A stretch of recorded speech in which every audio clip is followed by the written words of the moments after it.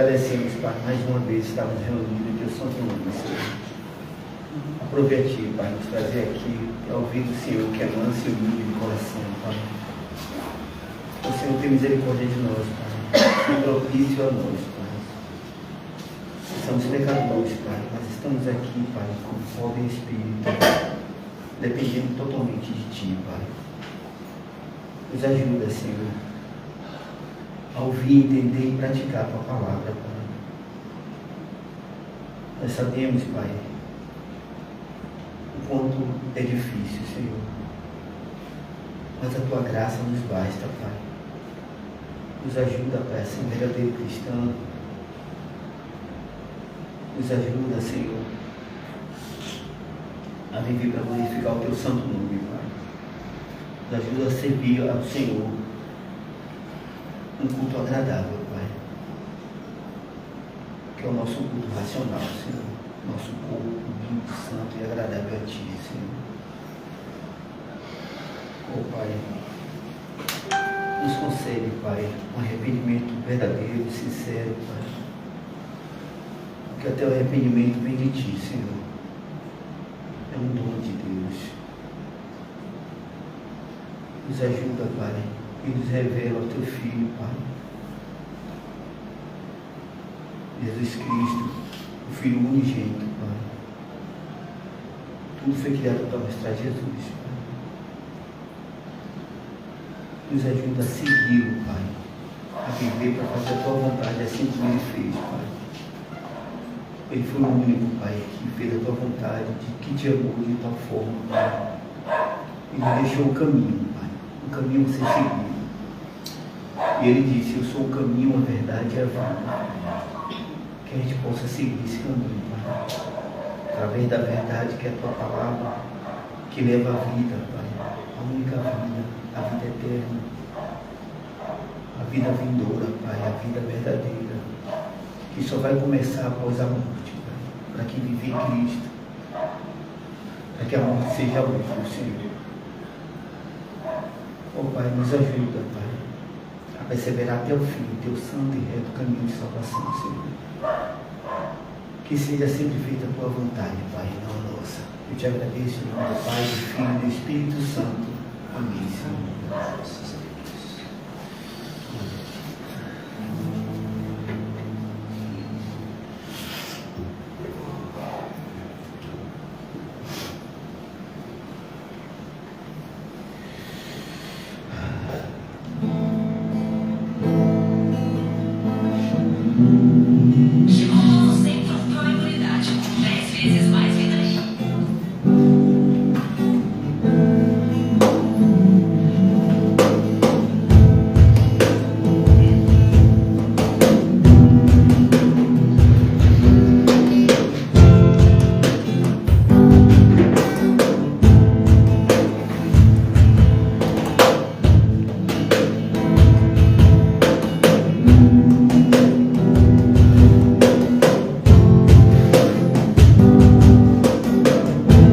Ele vem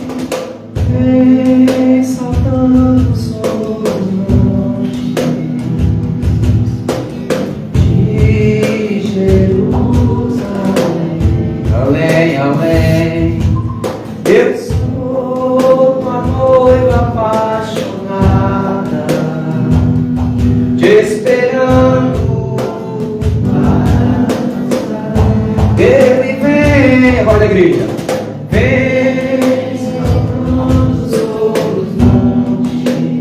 Jesus, de Jerusalém, além, além, eu sou a noiva apaixonada, te esperando para dançar, Yeshua, Yeshua.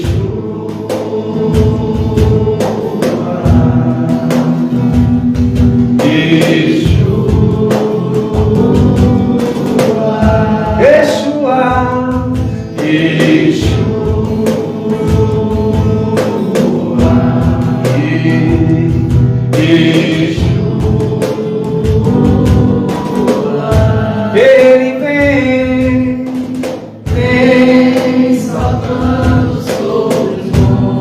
seja o nome do Senhor.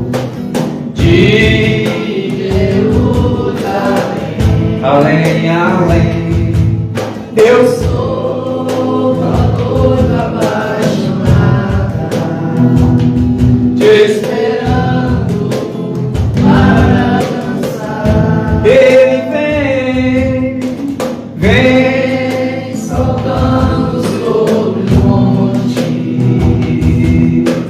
de Jerusalém, além, além, eu sou tua noiva apaixonada, te esperando para dançar. Glorifica o nome do Senhor.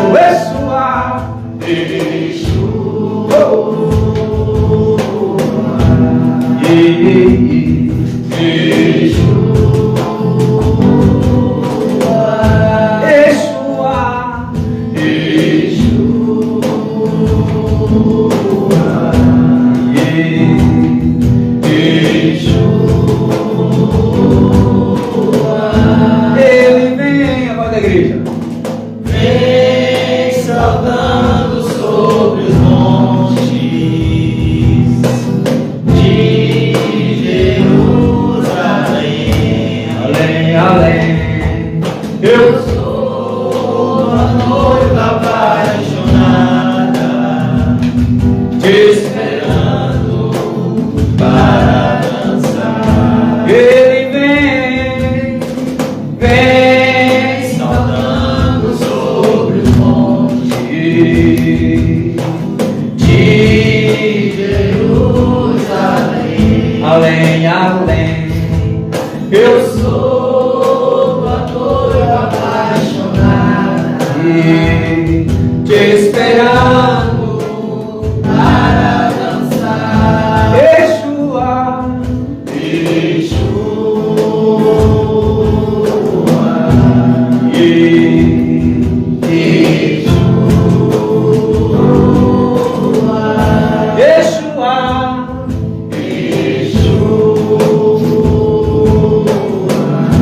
louvado seja o nome de Yeshua.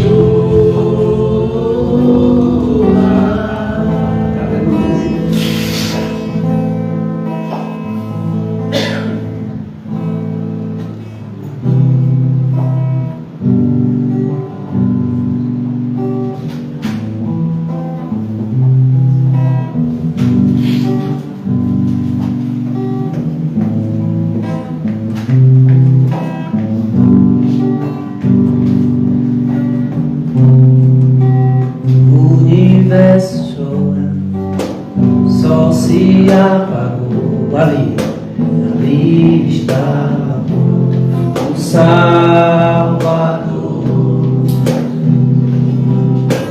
Meus irmãos, morte ele enfrentou, todo o poder das trevas ele levou. Vamos lá, levou.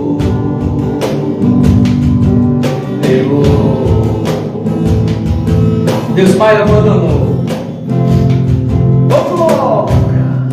Deus Pai abandonou. Cessou seu respirar. Em trevas encontrou o Filho. A guerra começou. A morte ele enfrentou. Todo o poder das trevas vencido foi. A terra estremeceu, sepulcro se abriu e nada vencerá seu grande amor. Sim, ó morte, onde estás? O Rei ressuscitou, ele venceu pra sempre, pra sempre. Exaltado és, pra sempre.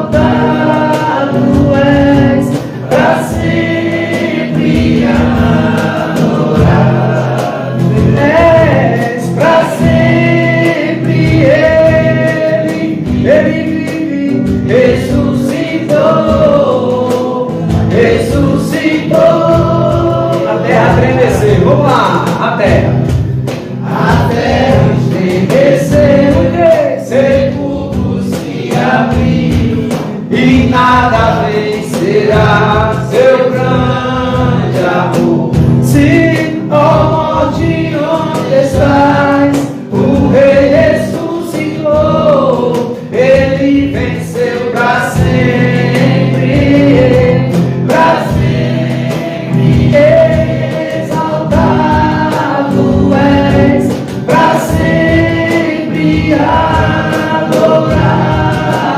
és, para sempre Ele vive, ressuscitou, ressuscitou. Você cantamos aleluia, glorifique. Cantamos aleluia, cantamos aleluia, cantamos aleluia, o Cordeiro venceu. Cantamos aleluia, aleluia, cantamos aleluia, cantamos aleluia, o Cordeiro venceu. A terra estremeceu, sepulcros se abriram, e nada vencerá seu grande amor. Se, ó morte, onde estás? O Rei ressuscitou, Ele venceu para sempre, para sempre exaltado és, para sempre adorado és, para sempre Ele vive, ressuscitou, ressuscitou. Cantamos aleluia.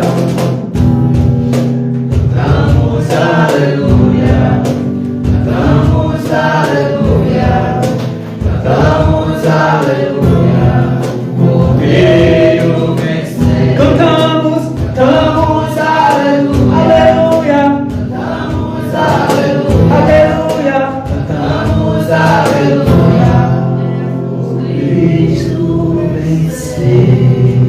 Aleluia.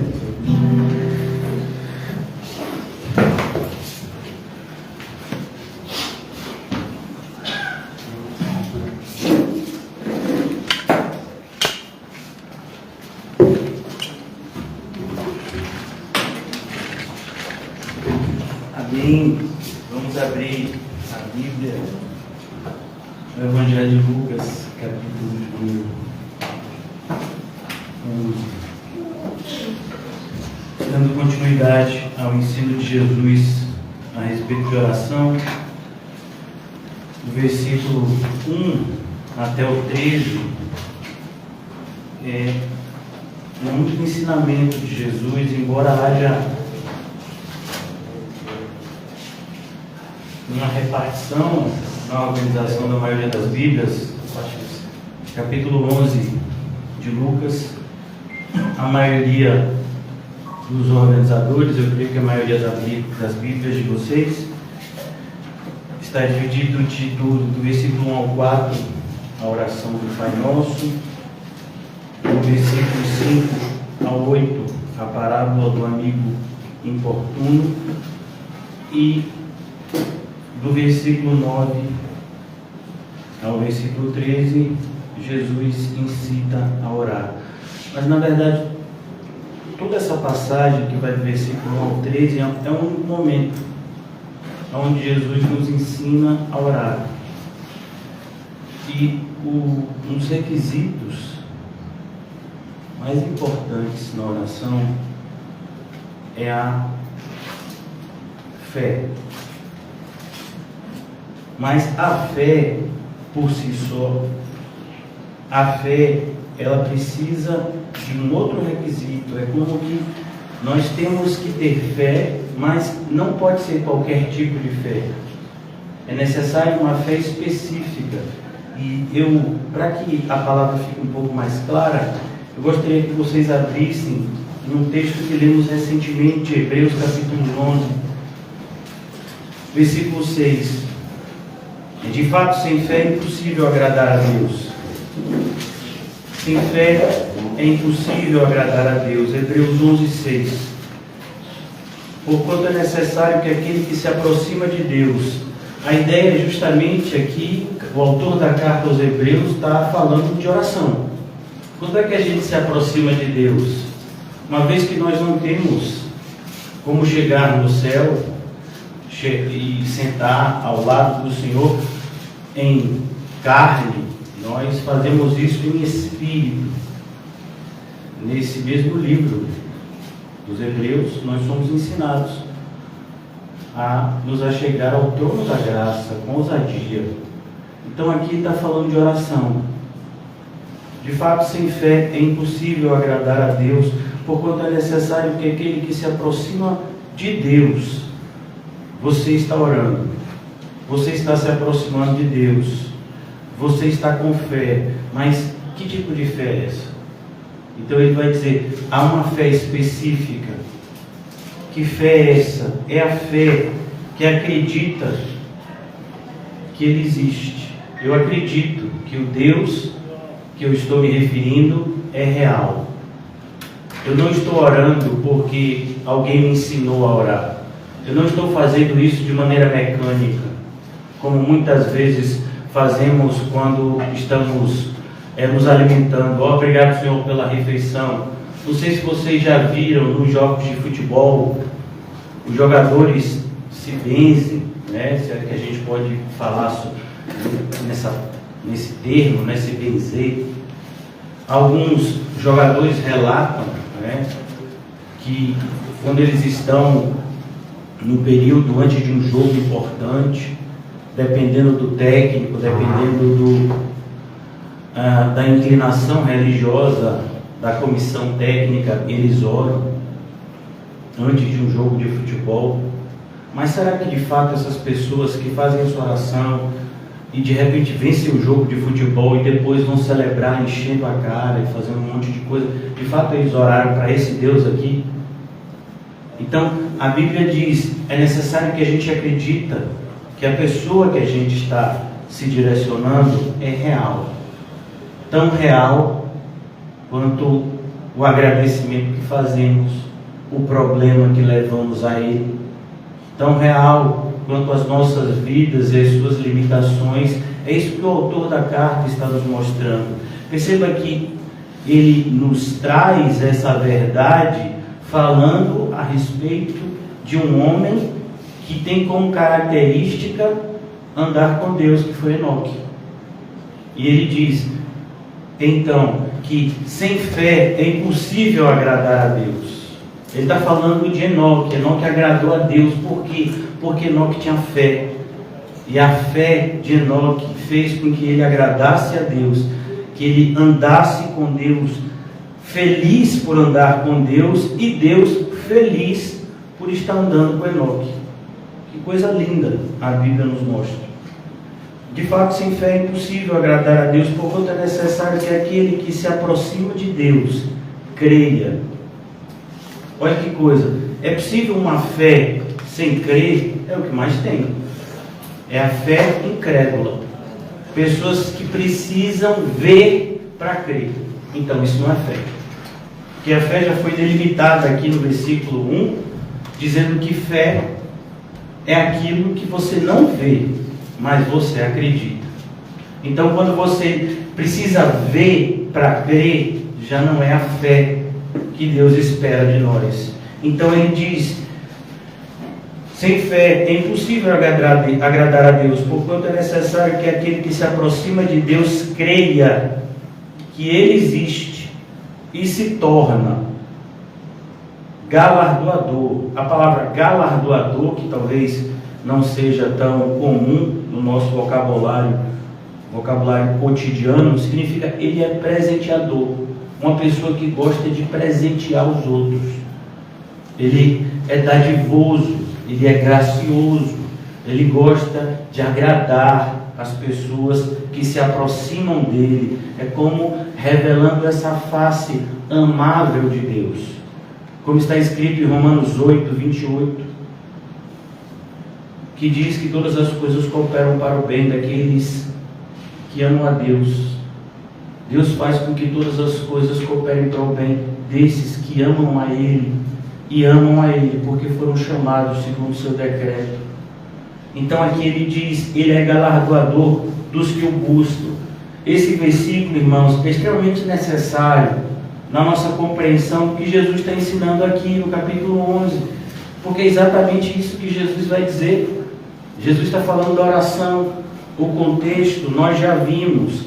Os discípulos estão se aproximando de Jesus, eles viram Jesus orando e eles dizem: Mestre, nos ensina a orar. E então Jesus apresenta a eles um modelo de oração, não algo engessado, algo que deveria ser repetido, mas algo que mostrava para aqueles homens como de fato nós deveríamos nos relacionar com Deus, não como um Deus longe, mas como um Deus que é nosso Pai, não apresentando a Deus apenas as nossas necessidades transitórias, mas nos achegando a Deus, entendendo que muito mais importante do que as nossas necessidades deste mundo é que o Senhor, em sua graça, nos conceda adentrar no céu quando terminarmos a nossa jornada aqui na terra. Então o Senhor nos ensina a orar, como vimos aqui. Não nos deixe cair em tentação, Senhor, porque o diabo o tempo todo nos tenta, o tempo todo, o dia todo. Se você é um cristão, e eu quero acreditar que você o é, você foi tentado no dia de hoje. E se você não caiu na tentação, se você não sucumbiu diante dela, se você não desistiu, se você não olhou para trás, é porque o Senhor te deu graça. Amém. E Jesus nos ensina a orar. Perceba, Ele não nos ensina a dizer: Pai, não deixe que eu passe por tentação nenhuma. Não, que eu não caia. Porque as tentações, as provações, elas fazem parte do caminho. E o Senhor faz com que essas tentações e provações, como vimos, cooperem para o nosso bem, gerando em nós maturidade, gerando em nós gratidão, daquilo que de fato é necessário. E agora o Senhor Jesus continua ensinando os seus discípulos a orar. E Ele apresenta então essa parábola. E a parábola ela tem um objetivo específico. Todos vocês já sabem, mas é importante sempre sermos relembrados dessas coisas que muitas vezes julgamos saber. Então, eu gostaria de convidar vocês a abrirem comigo no capítulo 4 de Marcos, o Evangelho de Marcos, capítulo 4. Poderíamos ver essa verdade nos outros evangelhos, mas vamos fazer isso em Marcos. Evangelho de Marcos. O Evangelho está antes do Evangelho de Lucas, no capítulo 4. O Senhor Jesus ensina por que, explica aos seus discípulos por que Ele fala por parábolas. Versículo 10, Marcos 4, 10. Poderíamos ler também Mateus 13, 10, Lucas 8, 9. Mas aqui Marcos, Jesus fala, capítulo 4, versículo 10. Quando Jesus ficou só, os que estavam junto dele, uns 12, o interrogaram a respeito das parábolas. E ele lhes respondeu: a vós outros vos é dado conhecer o mistério do reino de Deus, mas aos de fora tudo se ensina por meio de parábolas, para que vendo vejam e não percebam, e ouvindo ouçam e não entendam, para que não venham a converter-se. Perceba, o Senhor sabe muito bem quem são os seus, e é em favor desses que Ele ora, é em favor desses que Ele entrega o seu Filho. Versículo 12: e haja perdão para eles. Perceba que o perdão sempre está ligado ao arrependimento, à conversão. Versículo 13: então lhes perguntou: não entendeis esta parábola? Como compreendeis as demais parábolas? E aqui Jesus está explicando para eles a parábola do semeador. Então agora Jesus conta mais uma parábola, e o propósito é sempre o mesmo. O propósito da parábola é para que somente entenda aqueles que de fato têm que entender. É o Espírito quem testifica esse ensino, não é algo intelectual. Intelectualmente muitos podem compreender esse ensino, mas apropriar-se espiritualmente só quem tem o Espírito. É como alguém só pode comer se estiver vivo. Se ele estiver morto, ele não pode comer. Você pode botar o melhor prato, o melhor banquete diante dele, não vai fazer diferença.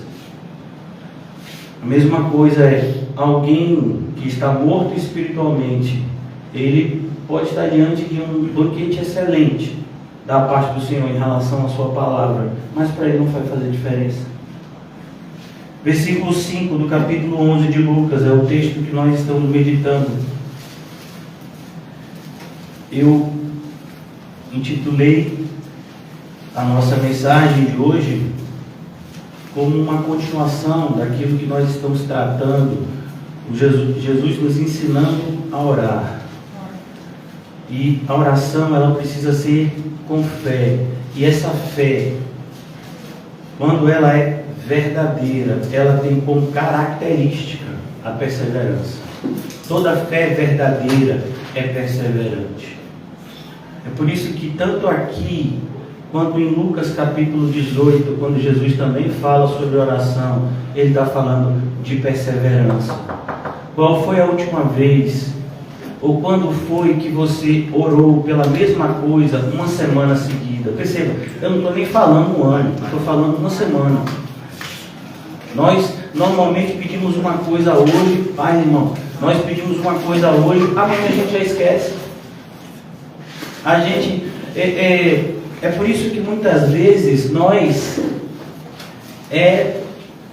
nos esquecemos do poder da oração, e aí a gente quer fazer outra coisa. Então assim, pastor, eu já orei, e Deus ainda não respondeu, será que eu devo jejuar? Pastor, eu já orei, Deus não respondeu, será que eu tenho que fazer uma oração agora de cabeça para baixo?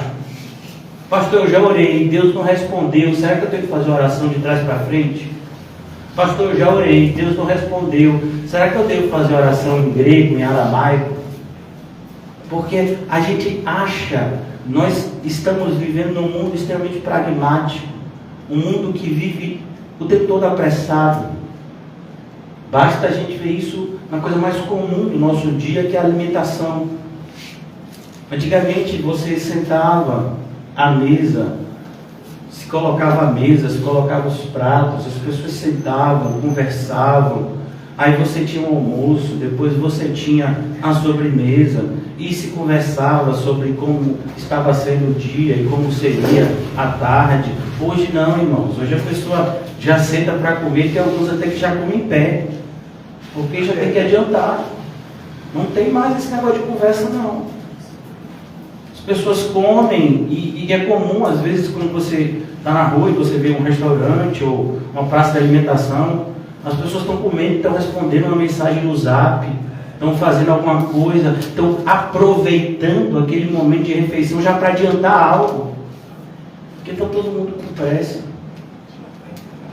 Então, as pessoas acham que é assim também no nosso relacionamento com Deus. Eu pedi, mas Deus não me respondeu. Como assim Deus não te respondeu? Você pediu como? Como foi que você pediu? E o perigo, irmãos, da gente não orar com perseverança é muito grande. Porque eu vou mostrar algo para vocês aqui que me assustou muito na Bíblia. É a coincidência, porque não existe coincidência, mas assim, o paralelismo que a gente vai ver aqui entre o que Jesus ensina no capítulo 11 e a exortação de Natã ao pecado de Davi. Não sei se vocês já se atentaram a isso. Quando Davi pecou com Batseba, quando Davi, um homem segundo o coração de Deus, um crente, um eleito do Senhor, um homem que o seu nascimento já havia sido predito centenas de anos antes, ele pecou. Ele não só adulterou, ele arquitetou o assassinato de um homem correto, de um homem justo, que era Urias. Davi se tornou um homem perverso, do dia para a noite. E por que isso? Porque ele deixou de orar.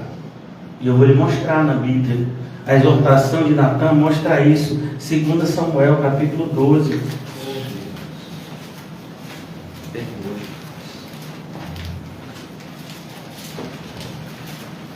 Vida de oração, irmãos.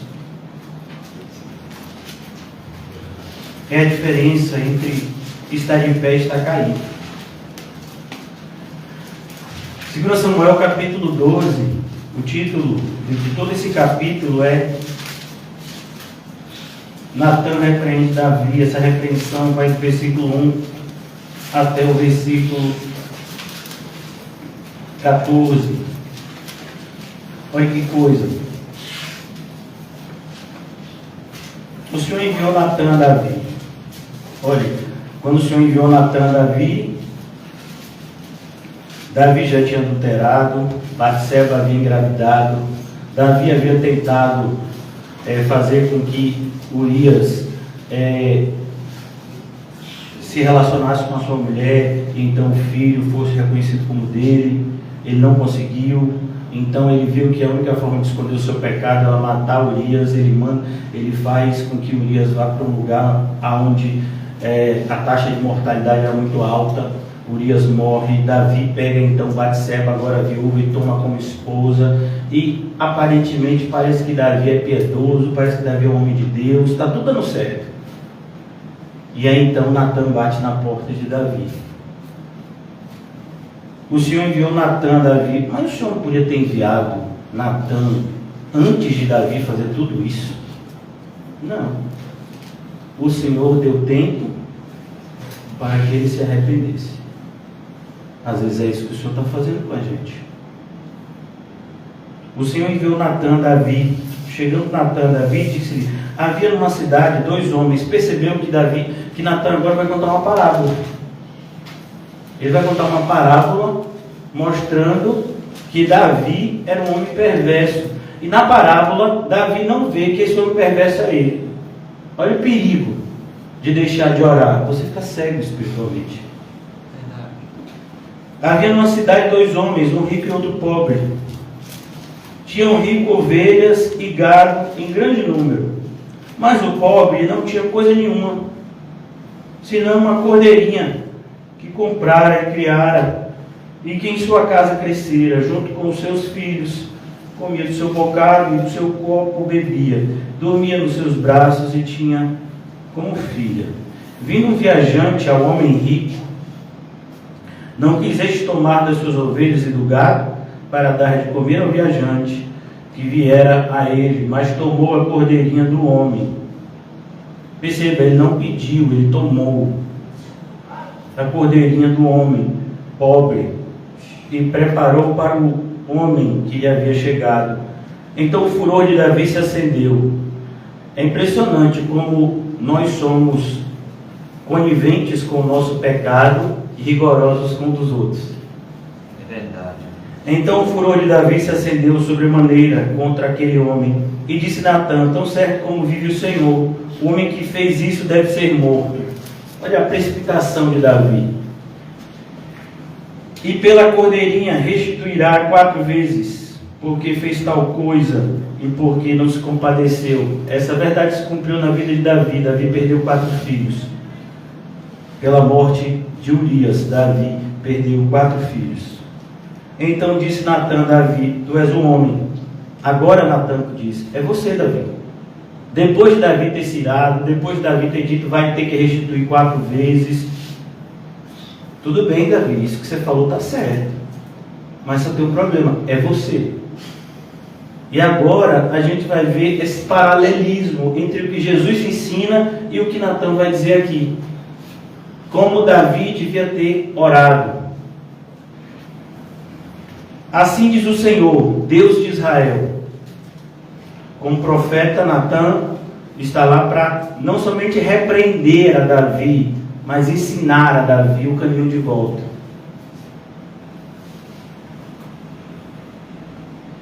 Assim diz o Senhor, Deus de Israel: eu te ungi rei sobre Israel.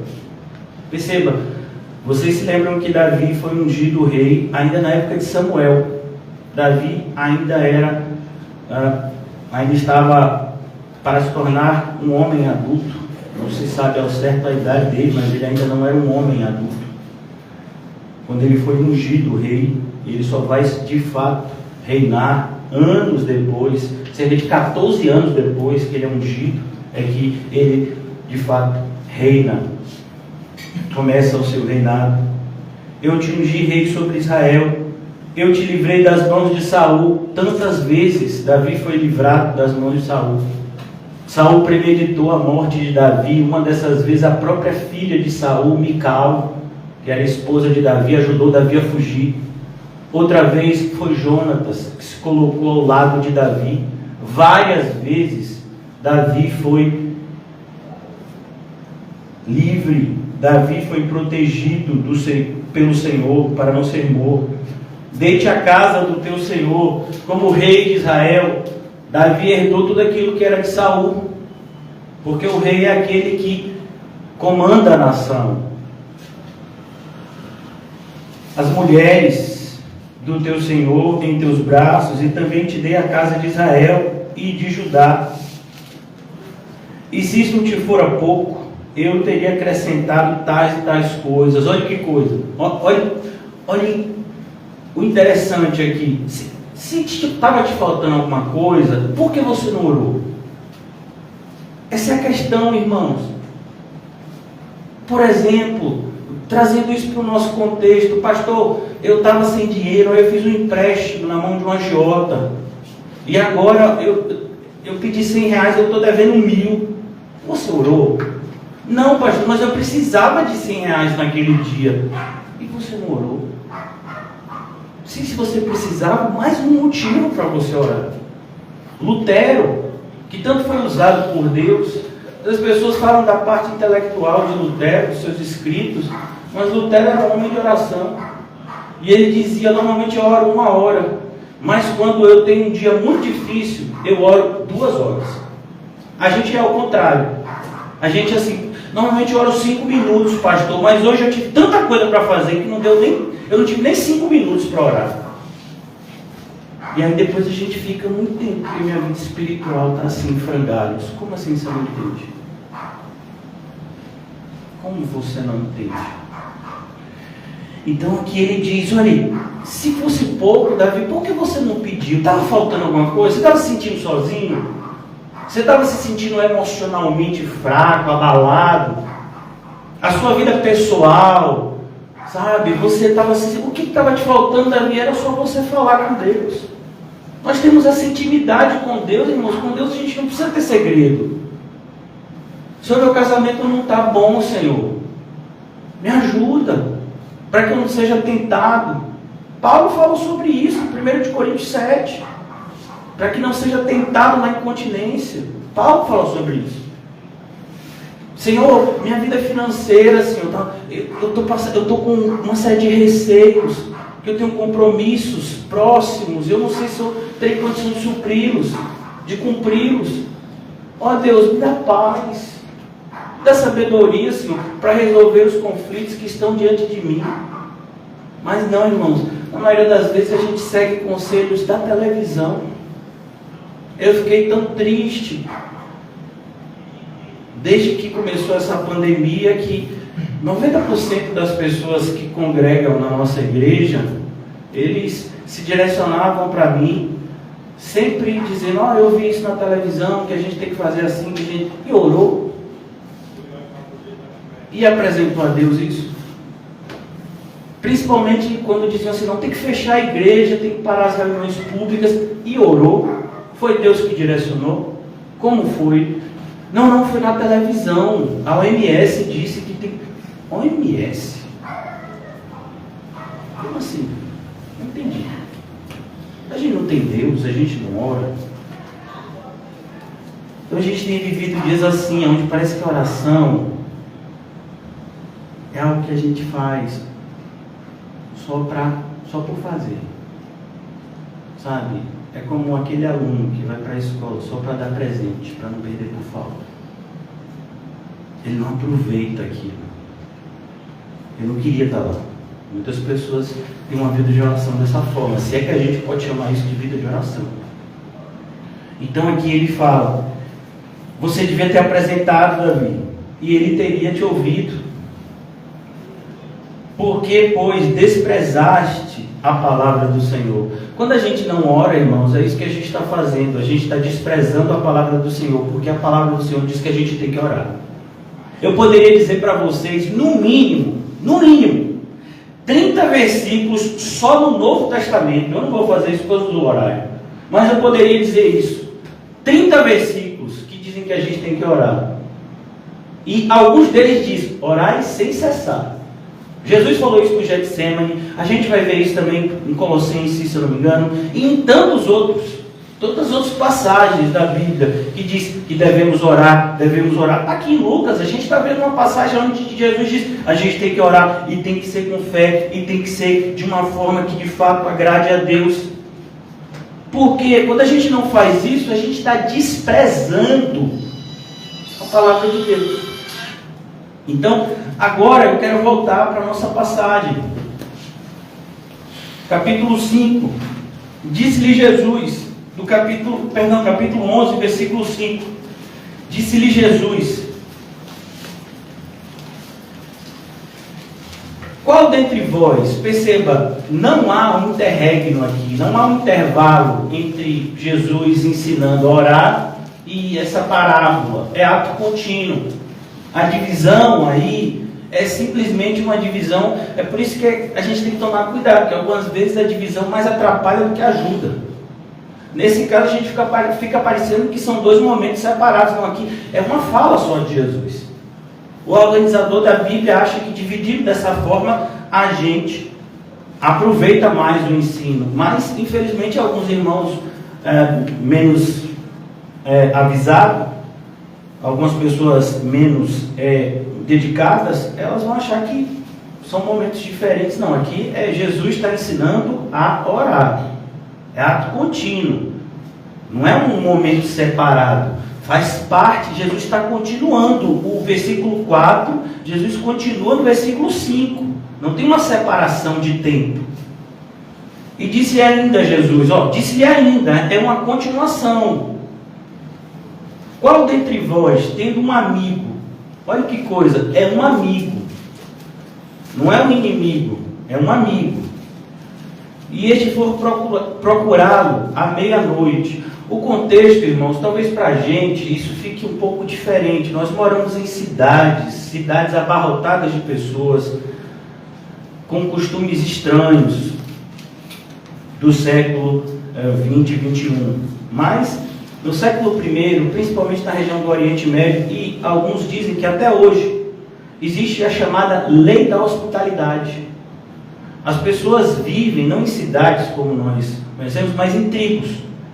E quando uma pessoa chega, pode ser até desconhecido, né? Inclusive, no Antigo Testamento tem uma ordenança onde o Senhor manda hospedar bem o estrangeiro. Por quê? Porque o povo de Deus havia sido estrangeiro no Egito. Então, quando se chegava alguém, e algumas vezes a pessoa chegava à tarde, porque o sol era muito quente, as pessoas, quando conheciam o caminho, deixavam para fazer determinada parte do caminho de noite, que era mais frio. É o que dizem os estudiosos, né? Eu não moro lá no Oriente Médio, então eu tenho que estudar geografia e o clima de lá. Então essa pessoa chegou um amigo. Ele não tem como dar comida para esse amigo, e provavelmente esse amigo não chegou sozinho. Essa visita provavelmente foi um grupo de pessoas, porque ele pede 3 pães, e o pão aqui não é esse pão cacetinho. Normalmente esse pão que é referido aqui é um pão grande, que dá para 2, 3 pessoas. Ele está pedindo 3 pães. A ideia é que provavelmente chegou algumas pessoas que ele vai receber em sua casa, e ele não tem alimento suficiente para receber, e é uma ordem, é um costume receber bem.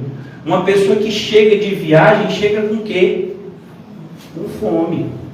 Quando Mateus chegou lá em Morro de Chapéu, você chegou com o quê, meu filho? Com fome. Aí, ele queria ver Gabriel e tudo, mas prepararam, né, uma comidinha para ele. Não sei, a gente está vendo que ele não perdeu o peso. Trataram ele bem. Então, ele Teve um amigo que chega e ele foi procurar esse amigo à meia-noite. E meia-noite, irmãos, não é meia-noite para a gente. Meia-noite para a gente, muitas vezes é o horário que a gente vai dormir.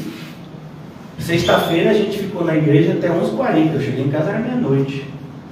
Mas, no contexto do século I, as pessoas iam dormir quando o sol se punha, que era o horário de 6, 7 horas.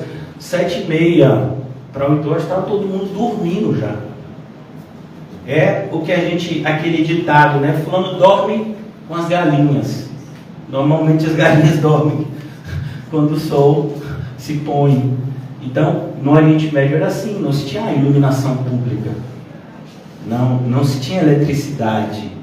Então as pessoas dormiam cedo e acordavam cedo. O sol era o referencial de estar acordado e estar dormindo. Então, quando a ênfase aqui de meia-noite é igual quando Paulo e Silas estão orando. Que horas é?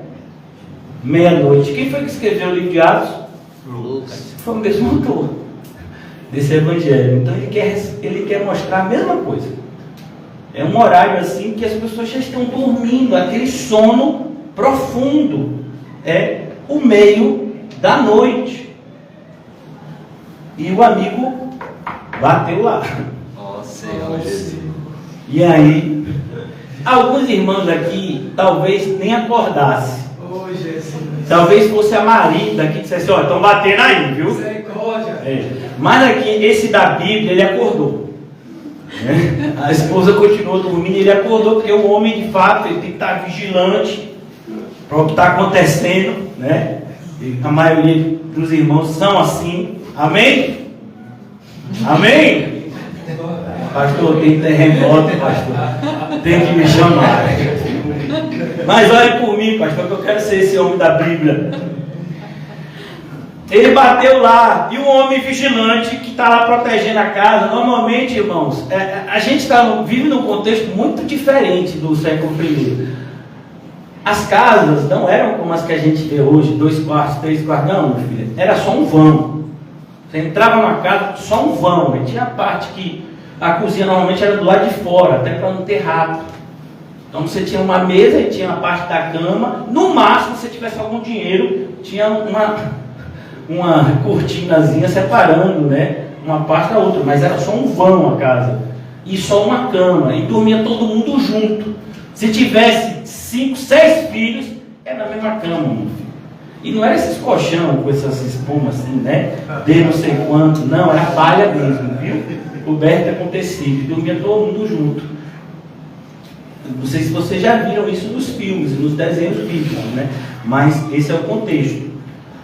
Então ele bate lá. Pois o meu amigo, olha que coisa, ele vai até um amigo porque um outro amigo chegou. E é muito bonito isso, porque um cristão é uma pessoa que não tem inimigos. Nós temos irmãos e amigos. Quem dera todos fôssemos irmãos, mas infelizmente nem todos somos, porque a Bíblia diz que a nossa família é aqueles que ouvem e obedecem. Mas ainda aqueles que não ouvem e não obedecem, eu vou tratar como amigo. Não vou tratar ninguém mal. Porque a grande evidência da nossa fé é o amor. É a marca que nos diferencia. Amigo, empresta-me 3 pães. Então a gente vê que provavelmente essa pessoa que chegou acompanhada. Ele pede 3 pães. Pois o meu amigo, chegando de viagem, procurou-me, e eu nada tenho que lhe oferecer. Ele bateu. E aí, o que é? Aí ele fala, né? Perceba que provavelmente o que está acontecendo? Ele não abriu a porta ainda. Ele está falando lá de fora. Meu amigo está ouvindo cá de dentro, pensando ainda se vai abrir. E o outro respondeu lá de dentro. Olha que coisa interessante, né? Um está falando lá de fora e o outro está respondendo lá de dentro. Né? Rapaz, eu vou abrir. É meia-noite. Deve estar um frio lá fora. Porque essa região, irmãos, eu não sei se vocês já estudaram, mas Jerusalém, ela fica elevada, ela fica num monte assim, então faz calor de noite, de dia, e frio de noite. O amigo tá lá, né? Provavelmente embaixo do lençolzinho, aquecido, com todo o familiar aquecido, né? Parecendo os Crudes, quem já viu o desenho. E o outro lhe responda lá de dentro: não me importunes. Ó, ele não estava com muita vontade de abrir, não. E olha que era amigo. Não me importunes. A porta já está fechada. Opa, você não viu que a porta está fechada? Eu estou dormindo. Pô, você está falando, você é sonâmbulo? Você não está falando comigo? Estou, mas estou falando por educação, eu estou dormindo. Não me importunes. A porta já está fechada. E os meus filhos, olha o que eu disse para vocês, os meus filhos comigo também já estão deitados. A ideia é, a gente está aqui, se eu for levantar, eu vou acordar, vou criar um desconforto aqui na minha casa. Mas você é crente, irmão. Cuidado. Mas é importante, Jesus não está ensinando sobre a prática do cristianismo. Jesus está ensinando sobre oração, só para ficar claro.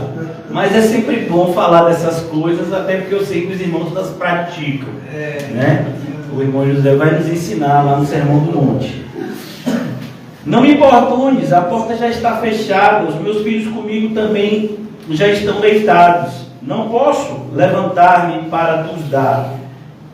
Digo-vos, versículo 8, que se não se levantar para dar-vos por ser seu amigo, olha que coisa, ainda que o que tivesse dentro não fosse assim tão amigo, né? Fosse aquela pessoa que diz, rapaz, fulano é seu amigo? Não, a gente é assim de oi-oi. Já ouviu essa expressão? A gente não é amigo, não, assim, a gente é de oi-oi. E aí, oi. Né? Ele está dizendo, ainda que não fosse essa amizade, a ponto de você chegar, não, fulano é meu amigo, ficar junto, ainda que não fosse, todavia o fará por causa do quê? Do incômodo, da importunação. Por que eu estou falando isso, irmãos? Perceba, isso daqui é o que a gente chama, na teologia, de um antropomorfismo. Eu sei que é uma palavra difícil, mas só para o ouvido de vocês ficarem acostumados quando você ouvir isso. Uma palavra difícil, mas o significado é simples. É porque Deus ele é infinitamente mais sábio que a gente. E a gente, eu quero falar isso sem ofender, mas eu vou ofender. A gente é mais burro que a gente pensa. Amém. Então, às vezes Deus precisa descer para um nível assim pré-escolar para poder a gente entender. Então, antropomorfismo é quando Deus às vezes se coloca na forma de um homem, hipoteticamente, para que a gente entenda. Como na Bíblia diz, eu me arrependi de ter feito homem, mas Deus não se arrepende. Quem se arrepende é a gente, que faz coisa errada e se arrepende. Deus não se arrepende. Ali é a maneira de Deus dizer que estava triste com o rumo que a raça humana estava indo. Então, às vezes Deus diz assim, como está escrito na palavra do Senhor, que Ele se inclina para ouvir. Deus não precisa se inclinar para ouvir, quem se inclina para ouvir é a gente. Mas isso são formas de Deus falar de uma maneira que a gente entenda a mesma coisa que está escrito aqui. Então Jesus, que é Deus, está falando que quando a gente fala com Deus Pai, parece que a gente está incomodando. Né? Mas você vai apresentar isso de novo. Dá um exemplo aqui. A gente já tem apresentado a vida da irmã Osana há alguns anos. Algumas pessoas podem pensar que Deus não está nos ouvindo. Essas pessoas elas não entendem nada de oração e nem de medicina, por incrível que pareça. Porque para a maioria dos médicos a irmã Osana já devia estar morta. E ela ainda está viva e eu creio que ela ainda vai ficar assim por um bom tempo. Glória a Deus. Mas é isso, a gente acha que está importunando a Deus. Vem cá, pai, você está pedindo isso. Mais uma vez. Eu quero dar um exemplo da história da igreja para os irmãos, para que isso fique queimando no nosso coração, por assim dizer. Um dos homens mais usados por Deus em toda a história da igreja foi um homem cujo nome era Agostinho. E ele era conhecido como Agostinho de Hipona. Hipona era a sua cidade natal. Ele tinha uma mãe que era muito temente a Deus. Naquela época não existia ainda a divisão de igreja protestante, igreja católica. Só existia uma igreja, né? E a sua mãe era uma cristã fervorosa e ela orou por ele. Agostinho estudou muito, se tornou uma espécie. Naquela época não existia advogado, mas você fazia um curso de oratória, que é esse dom de falar, né, naquela época, em público. Então, quando você sabia falar em público, você era como se fosse um garoto propaganda, você também podia ser advogado de alguém. Por quê? Porque como você tinha um dom de falar em público, se alguém precisasse de defesa diante de uma autoridade, você ia lá, porque você falava bem, você defendia a pessoa. Se um político quisesse ser eleito em alguma cidade, se alguém quisesse falar alguma coisa, você seria aquele que, por saber usar as palavras, seria muito bem pago para fazer isso. Agostinho se tornou bom nisso e ficou muito rico. E assim como a maioria dos ricos, ele usou sua riqueza para a prática do pecado. E sua mãe orava pela conversão dele. E quando sua mãe começou a orar, ele começou a se relacionar com meretrizes, e uma dessas meretrizes engravidou e ele teve um filho com a meretriz. Anos depois esse filho veio a falecer. Mas a sua mãe não deixou de orar. Eu estou falando isso porque eu já fui pastor. Muitas pessoas chamam de ser de recuperação, mas era uma casa de apoio cristão. A gente recebeu muitas pessoas que tinham dependências químicas. E entes queridos chegavam lá e diziam assim: pastor, já desisti, já entreguei a Deus. Quando a pessoa fala já entreguei a Deus, não é que ela está orando, é que ela já desistiu até de orar, é que ela não vai fazer mais nada, é que agora ela só está esperando o aviso para dizer que deu inteiro. Então a expressão é já entreguei a Deus. É mentira, não entregou a Deus. É tipo assim, desisti. Na mente humana, o que eu podia fazer eu fiz, agora eu vou viver a minha vida, e assim, meu filho, agora é com ele e Deus. Essa pessoa nem acredita em Deus, mas fala assim. A mãe de Agostinho não fez isso não. Quanto mais ele pecava, tanto mais ela orava. 30 anos ela orou. E ele estava uma vez, numa tarde, e umas crianças estavam brincando. Uma brincadeira de ler alguma coisa, toma e lê. E ele leu um trecho, se eu não me engano, de Romanos 13. E ele, naquele exato momento, ele se converteu. Largou tudo. Ele era um homem rico, ele doou tudo aos pobres. Ele voltou para sua casa, para sua família natal. Ele vivia em Roma, se eu não me engano, que era a cidade mais importante do mundo na época. Ele voltou para Hipona, que era a sua cidade natal. E ele ficou só com uma casa da família, que ele usava para ensinar a palavra de Deus e para ajudar os necessitados. E ele fez isso até o final da sua vida. A sua mãe orou 30 anos. Quando a gente fala de oração, se você for estudar a história da igreja, inevitavelmente você vai ouvir falar a respeito de um homem chamado George Miller. Ele é o, entre aspas, criador do que a gente conhece muito bem hoje no mundo inteiro como orfanato. Essa ideia de orfanato, que hoje em dia tem no Brasil e tem no mundo inteiro, não existia. O criador dessa ideia foi esse homem chamado George Miller. Ele era alemão e ele foi para a Inglaterra para estudar teologia. No princípio ele queria fazer teologia porque como plano de carreira, para ganhar dinheiro. Porque uma pessoa que sabia pregar era bem paga. No Brasil isso está valendo também. Na época de George Miller era assim. Mas ele se converteu na faculdade. A Inglaterra estava passando por um momento de crise, de guerra, e existiam muitos órfãos na rua, e aquilo sensibilizou ele. E ele começou a receber essas crianças no que a gente conhece hoje como orfanato. E ele alimentava essas crianças, ele cuidava, ele chegou a um ponto que ele chegou a cuidar de 5.000 crianças, segundo contam alguns biógrafos. Ele tinha cerca de 3 orfanatos que davam em torno de 5.000 crianças, mais 1.500 pessoas voluntárias que ajudavam. Então ele tinha que diariamente alimentar 6.500 pessoas. Ele nunca pediu R$1 a ninguém. Ele orava. Ele tinha o hábito de escrever os seus pedidos de oração e as respostas de Deus. Segundo os seus biógrafos, ele tem 50.000 orações respondidas. Você se lembra de alguma? 50.000 orações. Ele dependia, a marca dele é, ele dependia de Deus para tudo. Tudo ele orava. Ele orava e lia a Bíblia. E ele lia a Bíblia e orava. Quando ele fez 70 anos, ele pensou em se aposentar, porque era o normal da época. E ele disse: "Ô Senhor, eu queria, assim, uma casa na beira do mar, nada muito luxuoso, né? Porque ele era uma pessoa muito humilde, apesar de muitos valores passarem, mas tudo era revertido para a obra, diferente do que acontece hoje. Mas ele disse uma cabana assim na beira do mar, assim, para eu orar, porque eu gosto de orar, era o que ele gostava de fazer. E na época, 70 anos, tinha que se aposentar.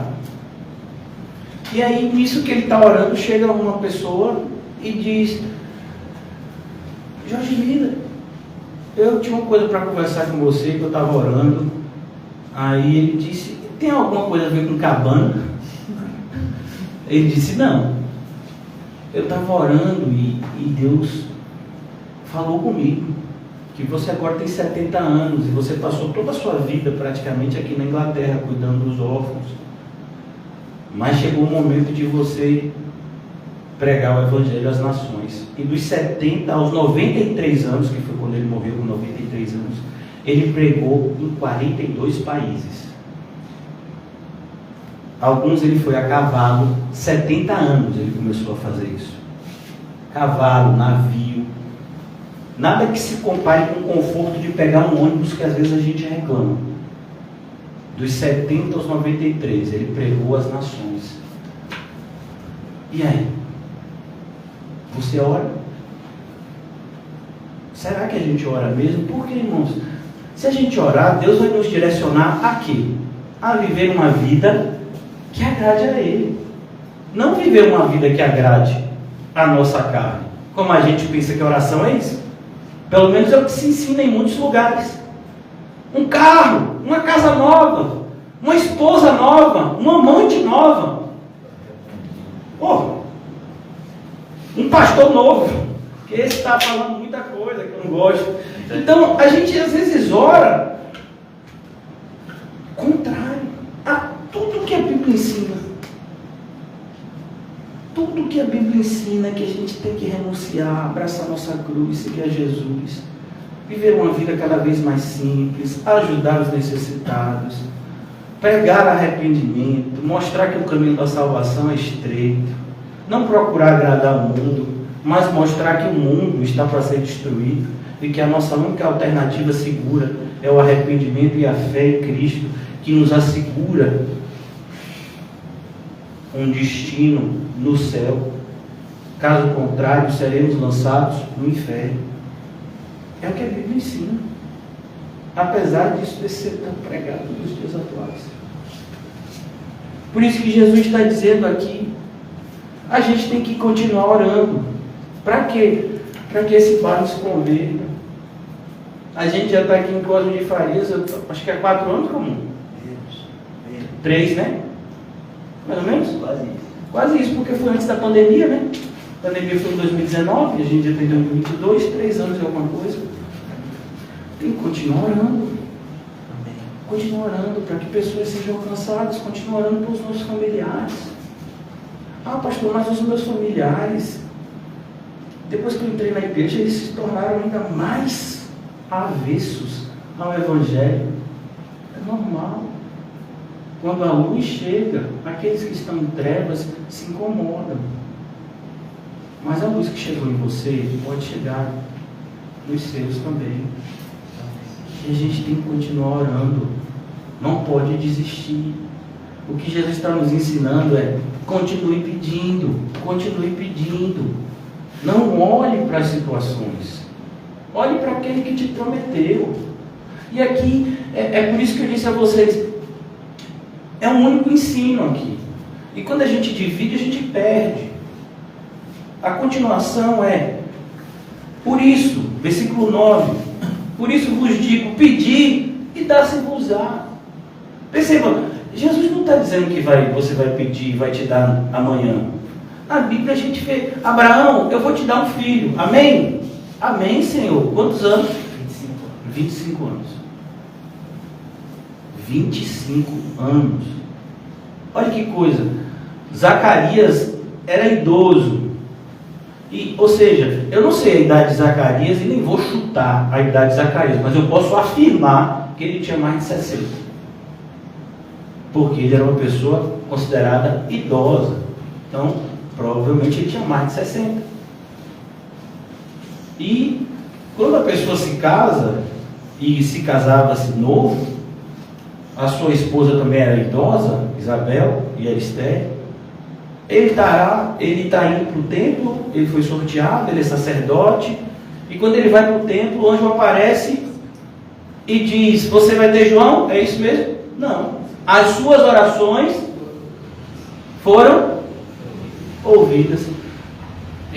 Eu acho que ele nem lembrava. Mas ele continuava o quê? Orando. Tem um desenho bíblico. Eu gosto muito de desenho bíblico, irmão. Me perdoe, mas eu amo desenho bíblico. E no desenho bíblico de João, mostra o nascimento dele. Aí tem assim na porta de Zacarias crianças brincando, né? Isabel olhando para aquelas crianças, desejando ter uma. Ela era estéril, não podia ter filho. Aí Zacarias vai lá e o anjo diz: as suas orações foram ouvidas. Você sabe qual é o primeiro não judeu a ser alcançado com sua casa para o Evangelho? Cornélio. As tuas orações e as tuas esmolas. Esmola, Cornélio dava assim 50 centavos na sinaleira. Não, esmola é tudo aquilo que você faz em favor do próximo. É esmola. Na Bíblia você se relaciona financeiramente com Deus de 3 formas. O dízimo é devolver. Oferta é algo voluntário que você faz à medida que você ora e Deus te direciona. E esmola é tudo aquilo que você tem direção de fazer em favor do próximo, ou em favor de um grupo. No caso de Cornélio, ele ajudava várias pessoas. As tuas orações e as tuas esmolas foram ouvidas. Você acha que Cornélio só orou aquele dia? Quanto tempo Cornélio não devia estar orando? Então a gente fica assim: o apóstolo Paulo, 3 dias orando. Será que Deus não podia ter enviado Ananias no primeiro dia que ele chegou lá? Será que a agenda de Ananias estava muito ocupada? Será que Deus não podia ter mandado Ananias no segundo dia? 3 dias o apóstolo Paulo orando. E aí Ananias vai lá. Então, a gente precisa aprender a orar com perseverança. E perseverança, irmãos, e eu queria dar uma paradinha aqui. Eu já vou concluir. 2 horas eu concluo. Tiago. Glória a Deus. Brincadeira, 10 minutinhos. Tiago fala sobre a diferença de perseverança e de ânimo dobre, que a gente falou recentemente. De Tiago. Tiago, meio irmão de Jesus, assim como Judas, ambos têm escritos na Bíblia. Tiago ensina a gente também a orar. Tiago capítulo 1. E ele diz que a gente tem que fazer isso, e que a gente tem que fazer isso com fé. Olha que coisa. Versículo 5, Tiago 1, 5. Amém? Se porém algum de vocês necessita de sabedoria, eu creio que uma das coisas que a gente mais precisa todos os dias é sabedoria. Olha, irmãos, problemas que às vezes a gente passa 10 horas para resolver. Se Deus nos desse sabedoria, a gente resolvia em 10 minutos. Se algum de vós necessita sabedoria, peça a Deus. Não foi isso que Salomão pediu?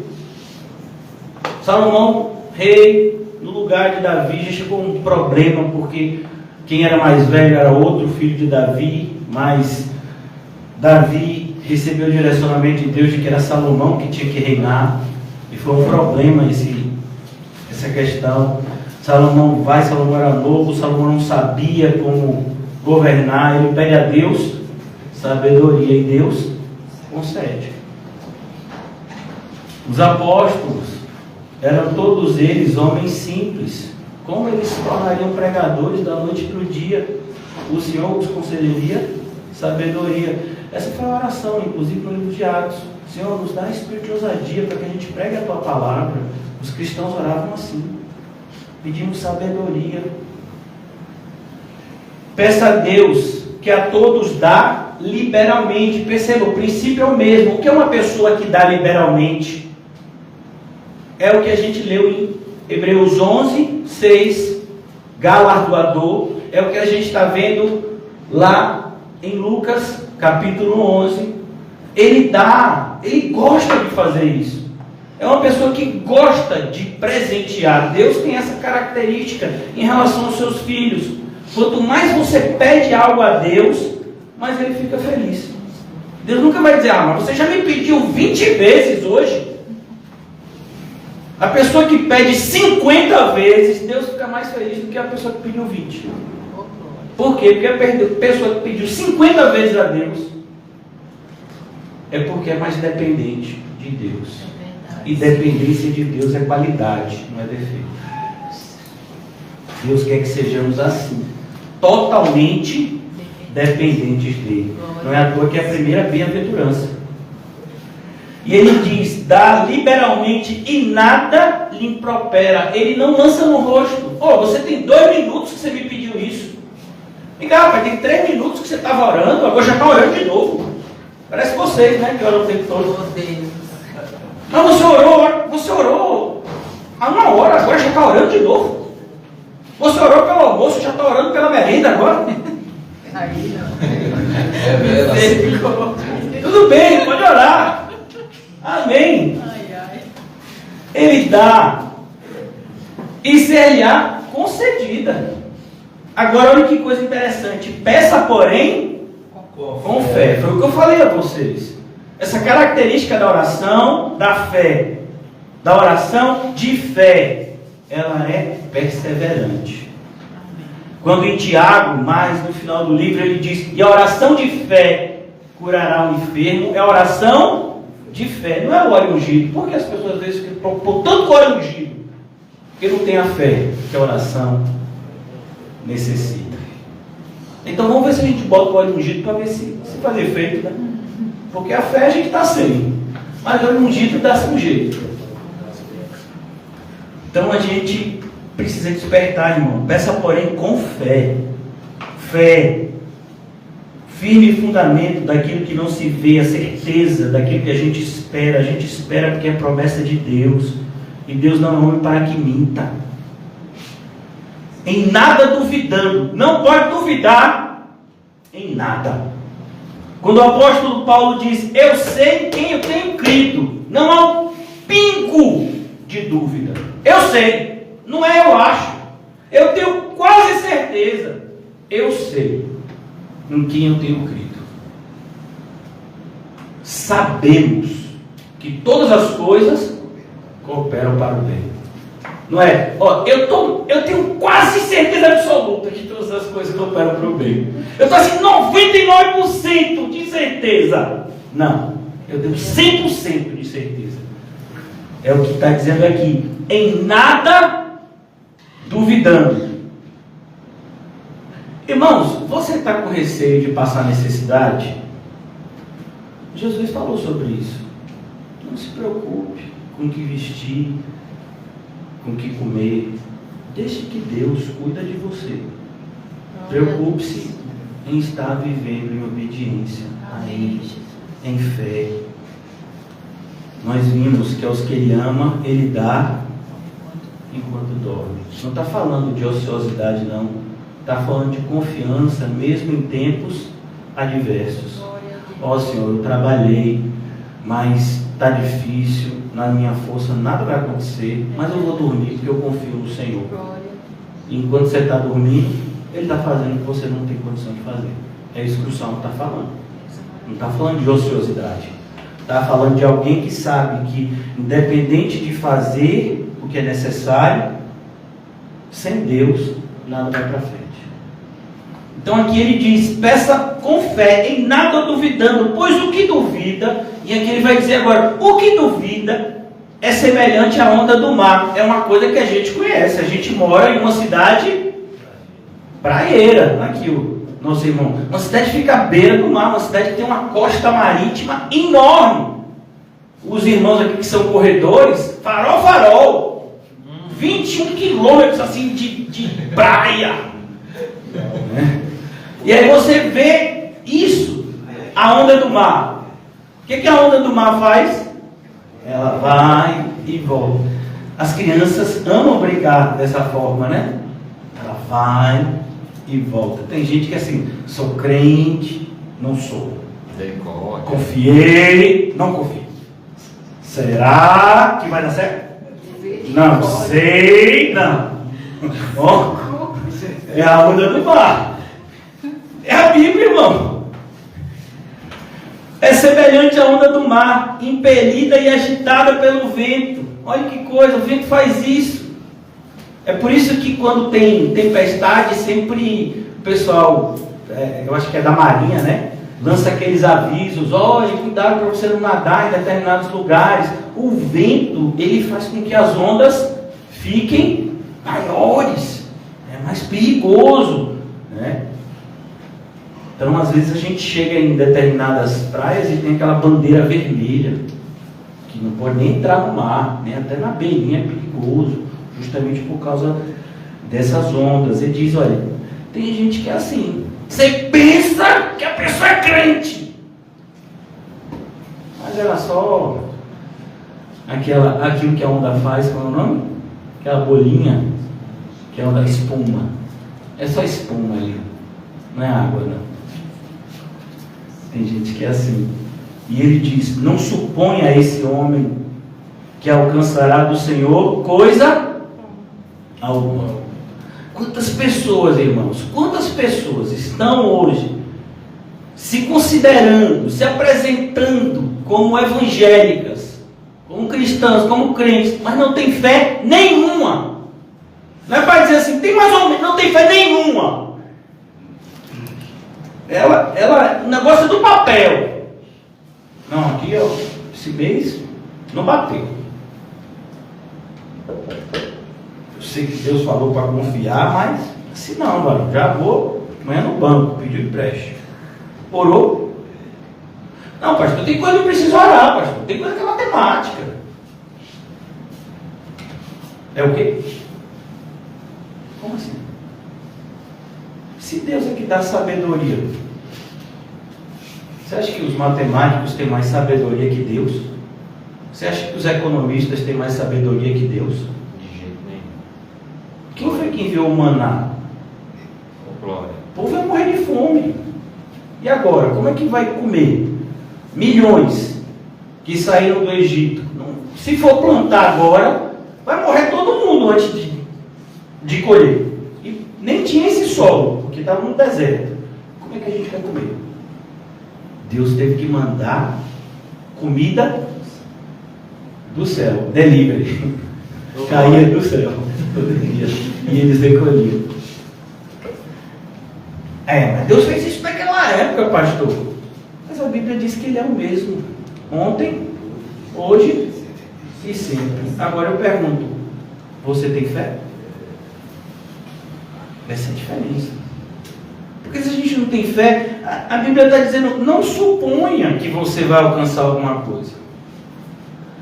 Há uma probabilidade, irmãos, muito grande da gente estar vivendo como vivia Israel na época de Elias. Baal, irmãos, a gente às vezes coloca Baal, né, como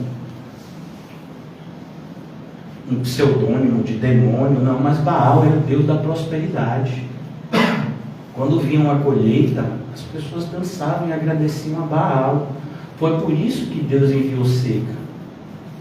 Porque o pessoal estava colhendo e quando iam celebrar a colheita, eles agradeciam a Baal e a Jeová, os dois.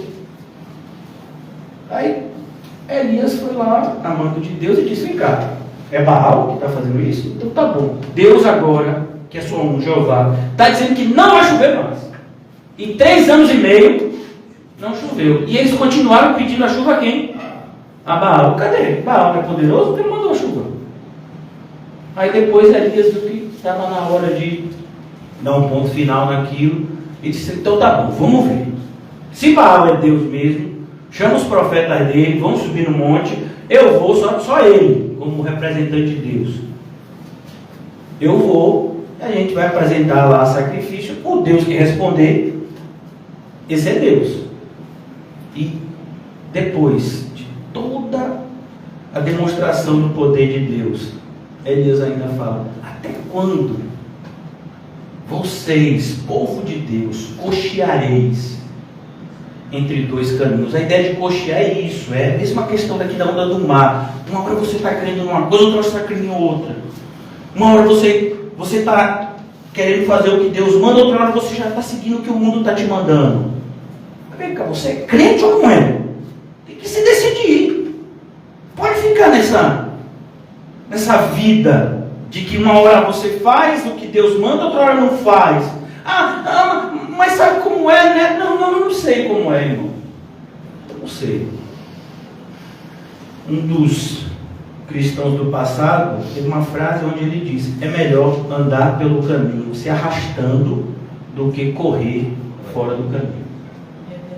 Então aqui Tiago está dizendo: não suponha esse homem que alcançará do Senhor coisa alguma. Homem de ânimo dobre. Eu já falei a vocês nessa última semana, essa expressão ânimo dobre é uma expressão que no grego é bastante complexa, que é a linguagem que foi escrita no Novo Testamento, e só aparece em todo o Novo Testamento aqui.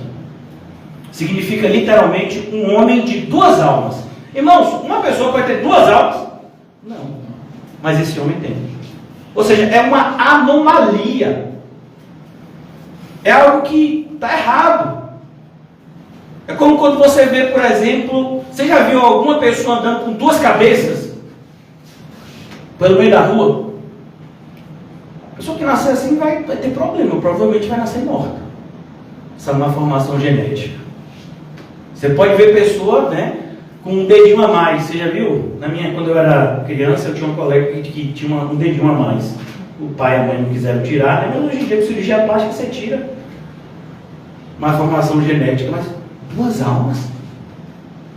2 almas? Não pode. Isso que é ânimo dobre. Ele diz: homem de ânimo dobre, inconstante em todos os seus caminhos. A gente falou sobre isso e viu como um dos exemplos bíblicos desse ânimo dobre a vida de Saul. E uma hora parecia que era de Deus, outra hora estava falando com o necromante. Então, agora voltando para a conclusão do nosso estudo de hoje, em Lucas 11: por isso vos digo, pedi e dá-se-vos-á. Pedi, mas Deus já sabe o que eu preciso, mas Ele quer que você peça. Por que Deus quer que eu peça? Porque isso é humildade. Deus quer que você seja humilde. Deus quer que a sua humildade cresça e frutifique. Quanto mais a gente pede a Deus, mais humilde a gente se torna. Porque à medida que a gente pede tudo a Deus, a gente tem a noção prática de que somos pobres em espírito e necessitados de tudo. Por isso precisa. A oração é você buscando de Deus. Busque. É isso. Você já procurou alguma coisa quando você perde algo em casa? Quer ver uma coisa que normalmente se procura com afinco? Você perdeu uma nota de R$50. Você diz, rapaz, eu peguei esse dinheiro para comprar, eu botei aqui em cima da mesa. Foi o cão que fez desaparecer. Eu vou achar. Perder no meio do mar. Aí vai, levanta os móveis tudo da casa, né? Pega as calças. Vem cá, tem alguma calça aí lavando? Pega aí o bolso aí, vê aí se tem alguma coisa com dinheiro. Nem acha mais. Tá vendo aí? Tá vendo? Se tava lá, meu filho, já deu o endereço. Então você vai lá procurando. A ideia de buscar é isso, irmãos. Oração, Jesus está dizendo que ele tem que ver oração como alguém que procura. Se você está precisando de alguma coisa, procure. Deus sabe onde está. E Ele não é São Longuinho. Ele é Deus onisciente. Ele sabe de tudo. São Longuinho nem existe. Mas Deus existe. Fale com Ele. Busque. Batei. Bater fala de quê? Esforço. Você bate na porta, ainda mais se o irmão for uma pessoa assim mais difícil de acordar, você tem que bater com mais força. Vocês estão dando risada, mas uma vez eu moro no primeiro andar. Eu perdi a chave, cheguei em casa do culto, bati. Aí estava dormindo lá minha digníssima e as duas crianças. Irmãos, eu bati tanto que as pessoas de outros andares pensaram que estava acontecendo alguma coisa e não abriram. Aí eu tive que pegar uma escada, as pessoas, parecendo MacGyver, quem se lembra de MacGyver, chovendo, subi a escada e entrei pela varanda, parecia um ladrão. Mas todo o porteiro, falei que o porteiro da igreja, a escada era até do prédio. E quando eu entrei, estava lá, todo mundo dormindo. O que eu estou fazendo? Nossa, Senhor Jesus. Foi minha reação. Senhor Jesus, para não pecar. Eu disse isso. Aí depois desci e tive que guardar a escada de novo. Um trabalho danado. Porque eu bati e ninguém abriu. Com Deus não tem esse perigo. Oh, aleluia. Você bate e aqui diz o quê? Abre se cruzar. Não é bom, irmãos? É por isso que você tem fé, porque Ele está lhe estimulando a ter fé. Peça! Aleluia, Senhor. Você está pedindo o quê? Você quer que determinada pessoa seja salva? Mas você está querendo que seu chefe seja salvo para quê? Para ele te dar uma promoção? Então aí você está pedindo na carne, né? E Tiago fala sobre isso. Agora, se você está orando por uma pessoa de repente que não pode lhe dar nada, uma pessoa que você está orando por amor, por compaixão, peça. Peça com fé. Não estou dizendo que você não ore pelo seu chefe, mas ou que não ore por pessoas de repente que você tem vínculo, mas não ore com interesse. Tem pessoas que às vezes dizem assim: eu queria muito que o meu cônjuge fosse cristão, porque se a pessoa é mulher e ora pelo marido ser cristão, imagina se o meu marido for cristão. Eu vou dizer, você vai ter que me amar, ainda que eu faça um monte de coisa, porque você é crente. E o marido que ora para que a esposa seja crente, você vai ter que me obedecer, ainda que eu mande um monte de coisa maluca, você vai ter que me obedecer. Você não é crente? Então é esse tipo de oração que Deus está falando. Eu quero que os meus filhos sejam cristãos. Por quê? Porque aí vai ser melhor para eu criar eles. Não. Você tem que pensar na alma dessas pessoas. Tem que ter compaixão por elas. E aí você pede com fé. Aí você pede, você ora, você insiste. Por que a gente está orando para que a irmã Osana seja curada? Porque a gente acredita que Deus tem usado ela na sua obra e ainda vai usar muito mais na vida de outras pessoas. A gente acredita que o fato dela morar em outro país é uma porta que Deus abriu para a gente pregar o Evangelho em outros lugares. E a gente ora com fé. E a gente vai continuar pedindo. Então a gente tem que ter esse ato de não olhar para as circunstâncias. Pastor, mas eu estou orando, mas nada está mudando. Pastor, eu estou orando, está piorando. Mas isso não tem que mudar a sua oração. A sua oração é a Deus e Deus não muda. As circunstâncias, elas são indiferentes. Se de fato as circunstâncias devem produzir alguma coisa na gente, é motivação. Piorou? Então ore ainda mais. Rapaz, o negócio piorou. Então agora, meu filho, você tem mais motivo ainda. Se jogue! Se jogar onde? Na oração. Se jogue! Pastor, agora pastor, eu não tenho mais a quem pedir. Oh, aleluia. Então peça a pessoa certa, que é a Deus. A mulher do fluxo de sangue, 12 anos, gastou todo o seu dinheiro com o médico. Aí ela não tinha mais recurso. Os médicos desistiram dela. Jesus estava passando. Olha que coincidência. Coincidência, né? Não tem coincidência. Tem Jesuicidência na Bíblia. Jesus estava passando no dia, na hora, na época. Se eu vou tocar na orla do manto dele, e eu vou ser curada. A medicina não me curou em 12 anos, mas Jesus vai me curar num toque. Amém. E aconteceu o contrário? Ela foi decepcionada? Não foi não? Olha, você conhece alguém que foi até Jesus e se decepcionou? Eu já vi na Bíblia pessoas que foram até Jesus e decepcionaram a ele, como o jovem rico.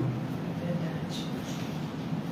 Jesus ficou triste, porque aquele homem se apegou mais a Mamon do que a Cristo. Mas Jesus nunca decepcionou ninguém. Por isso a gente tem tantos motivos para ir até Ele, irmãos, em oração. E mesmo assim, a gente tem que admitir hoje, a gente ora tão pouco. A gente pede tão pouco. Às vezes a gente, rapaz, tem que orar para tal pessoa, né? Rapaz, a irmã botou agora que tem culto, vou orar pelo irmão José, que vai pregar amanhã. Rapaz, a irmã botou que vai ter culto, vou orar pelo pastor. Deus, que ele pregue pouco, só 50 minutos tá bom, Agora. A irmã botou aí para orar pelo pastor, vou orar. Inclusive que Deus dê poder de síntese para ele falar o que precisa falar no tempo certo. Então, às vezes a gente precisa desses estímulos. Rapaz, caiu a chuva lá, vou orar pelo pessoal do Rio de Janeiro. Agora. Por que não orou antes? Pela alma daquela. Aqui, se é um dos estados, né, onde tráfico de drogas tem dominado, a imoralidade reina há tanto tempo.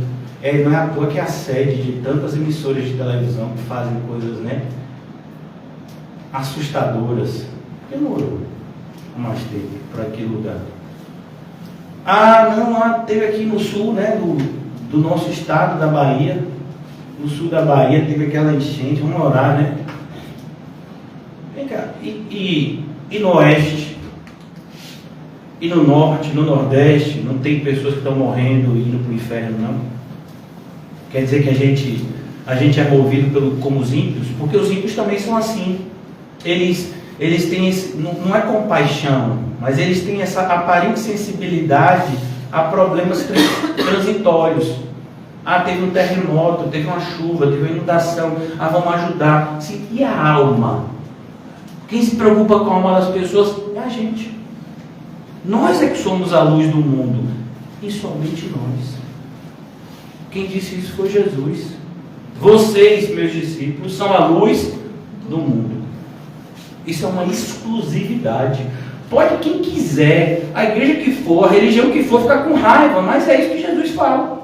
A luz está na vida da verdadeira igreja, que são os verdadeiros crentes, e ponto. E a gente tem que levar essa luz ao mundo inteiro. É nossa responsabilidade, mas parece que a gente só fica sensível quando tem uma catástrofe. Irmãos, milhões de pessoas morrem todos os dias das mais diversas causas. Mas desde que seja, né, o aceitável, mas que coisa louca. Aí está tranquilo. A gente só se movimenta quando é alguma coisa assim, né? Diferente. Foi um barranco que caiu por causa da chuva e matou não sei quantos. Ou agora a gente tem que se movimentar. Quer dizer, coração é isso. Não, irmãos, a gente tem que orar porque o mundo está em trevas. Verdade. José falou na terça-feira: bem-aventurados são os que choram porque são consolados. Qual foi a última vez que você chorou pela situação do mundo? Por esse pecado que reina, a imoralidade que tem reinado nas nossas crianças. Eu tenho filhas e eu oro por elas. A influência do mundo é grande, a sedução do mundo é enorme, o poder sobre todo mundo, sobre as crianças. Pastor, quando a gente estava vindo para cá, na frente da loja, tinha umas 10 crianças buscando alguma coisa no lixo para comer e 2 crianças grávidas. Imagine. Adolescentes engravidando. Se tivesse 13 anos era muito. Criança mesmo. E a gente às vezes vê essas coisas e amanhã volta para o nosso dia a dia e não tem a mínima responsabilidade em relação à luz que somos. Verdade. Se é que somos. Por isso, irmãos, aqui Jesus diz, eu quero concluir, se Deus permitir, eu quero falar sobre isso ainda na sexta-feira. Pois todo o que pede, recebe. Todo o que pede, recebe. Eu vou concluir aqui por causa do horário. Eu quero dizer algo. Se você é um cristão verdadeiro, todas as suas orações são respondidas. Todas.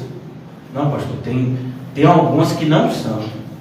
Não, elas são respondidas. Agora, a grande questão é que a gente só acha que é resposta de oração quando Deus faz o que a gente quer. Não é assim. Deus responde e muitas vezes a resposta é não!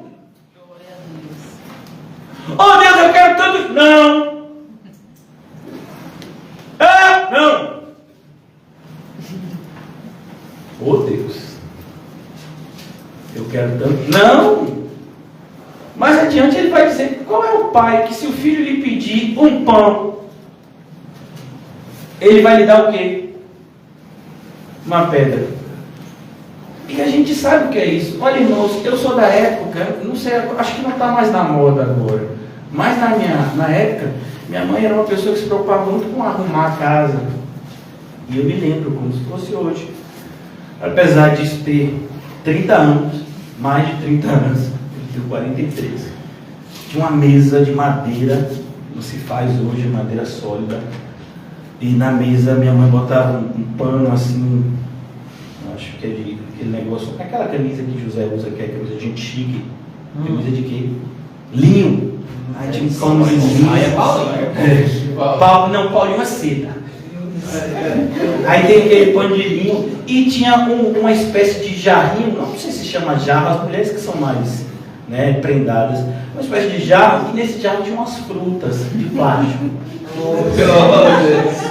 E eu ficava doido para comer aquela fruta. E já tentei umas 2 vezes, tentei várias vezes, vou dizer 2 assim, né? Eu tenho uma mordida na maçã. Mas bate a encosto. E a minha boca, eu acho que era pequena na época, eu tentava morder assim, né? Mas o que é esse negócio, né? Vira uma fruta de verdade. A ideia de Jesus é, tem horas que a gente pensa que aquilo ali é um pão, e é uma pedra. O Pai sabe das coisas. A ideia dessa passagem, muitas vezes a gente não compreende. O que Jesus está dizendo às vezes a gente se engana. O que Jesus está mostrando aqui é um princípio que está lá em Provérbios. Aos nossos olhos tem caminhos que são os melhores caminhos. E a gente diz: Deus, me abençoa, é aqui que eu quero ir. Deus, abre essa porta aqui, porque aqui está o meu futuro. Tem 10 pitbulls aqui do lado de fora. É abrir essa porta, meu filho. Em 5 minutos eles já me mataram. E Deus não vai abrir. E eu estou tentando abrir. Passei a madrugada inteira tentando abrir. Rapaz, Deus não abre a porta. Onde Deus abre a porta? E os pitbull estão lá quietinhos. Já sentiram o gosto de carne. Ele disse, é hoje que eu vou comer. E ele não abre. Por quê? Porque ele não vai dar pra gente que é mal. Ele cuida da gente. Glória a Deus. Ele é o bom pastor. Jesus disse, eu sou bom pastor, eu cuido das ovelhas. Glória a Deus. Às vezes a gente está olhando e assim, rapaz, que pão gostoso. Me desse não! É veneno! Oh Deus, mas tá com a cara tão boa. Não foi assim na época do profeta Eliseu? Parece que é uma coisa de crente gostar de comer o que tem pela frente. O profeta Eliseu, o pessoal viu um negócio dos cloroquina, cloroquina, né? Cloroquina é esse remédio aí. Mas tinha uma frutinha e eles fizeram uma espécie de sopa, né? E quando eles estão tomando aquilo, era venenoso. Depois que eles tomaram, é profeta! Tem veneno no pão dela, vamos morrer! Aí o profeta Eliseu, os bichos mortos de fome. Ele não disse isso não, né? Eu não estou pensando alto. Ele pegou a farinha, orou a Deus, aí você botou a farinha, misturou. Não faça isso não, viu? Isso daí não é medicinal não, isso é oração, direção de Deus. Não, já vi que esse fruto venenoso com farinha vai dar legal, não faça não. E aí fez, aí agora pode comer. Agora pode. Agora pode. Então é isso que ele está dizendo. Jesus só vai dar para a gente o que é bom. Então você pediu, oh Deus, eu quero tanto conversão de tal pessoa hoje. Sim, Deus não agiu de tal forma que aquela pessoa se convertesse hoje. É porque Ele quer gerar em você mais paciência, mais amor. Como é que você vai amar os seus inimigos se ninguém for o seu inimigo? Eu sou um cara legal. Eu não, mas eu estou dizendo, alguém imagina. Eu sou um cara legal. Eu sou crente, mas todo mundo me trata bem, porque eu sou muito legal. Meu filho, então tem algo errado nesse cristianismo. Você vai tratar todo mundo bem, mas ainda assim tem gente que vai se levantar contra você mesmo você tratando ele. Isso é ser cristão. Então, o cristianismo inevitavelmente nos colocará em situações assim. A Bíblia, eu estava lendo esses dias e mostrei para o pessoal lá de casa que quando o peregrino do livro, quando o cristão do livro Peregrino, ele começa na peregrinação dele, ele avisa a esposa e aos filhos. E eles não somente não concordam, como fazem chacota e começam a desprezá-lo, como se ele nem existisse. Você sabia disso? Irmãos, isso é ser cristão. Lá na frente, o cristão se encontra num lugar e aí tem umas moças, umas senhoras, você pergunta para ele, você não tem esposa? Você está sozinho na caminhada? Você já sem esposa? Tenho esposa e filhos, mas eles não quiseram vir. Mas eu oro para que eles possam receber o certificado, o convite que eu recebi. E eles vão receber depois. O filme termina assim, né?